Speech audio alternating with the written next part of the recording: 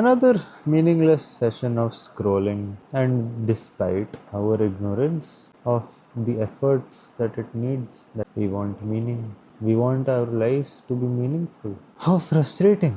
No, that meaning comes from substantive effort. Some substance has to be part of its creation.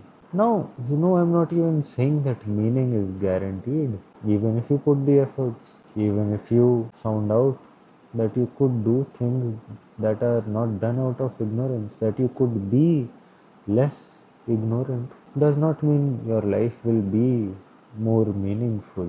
In fact, the very action that you choose in awareness can be meaningful. That action itself is meaning. It can be if you do it out of awareness, if you do it out of choice, intention, or it can still be meaningless despite your intention, despite your substantive effort. It is not guaranteed that you will start to find life meaningful.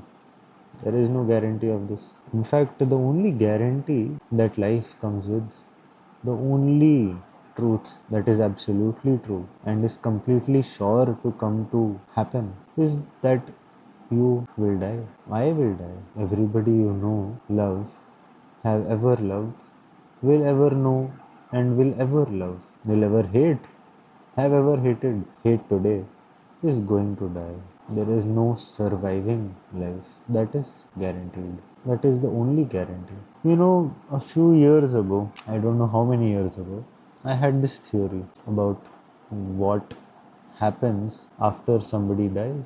I used to think, and I still think that it is to a certain degree, I still find correct, that when somebody dies, their qualities, the memories that were co created with them, their memories, the feelings that they co created, in fact, the language that co created by their being alive in your life survives them. That does not die. If anything of the person survives in any way, that is all. The people that continue to live is what survives. The people who were part of their life, who are still alive, survive them, right? Nothing else. And people have this idea of life after death.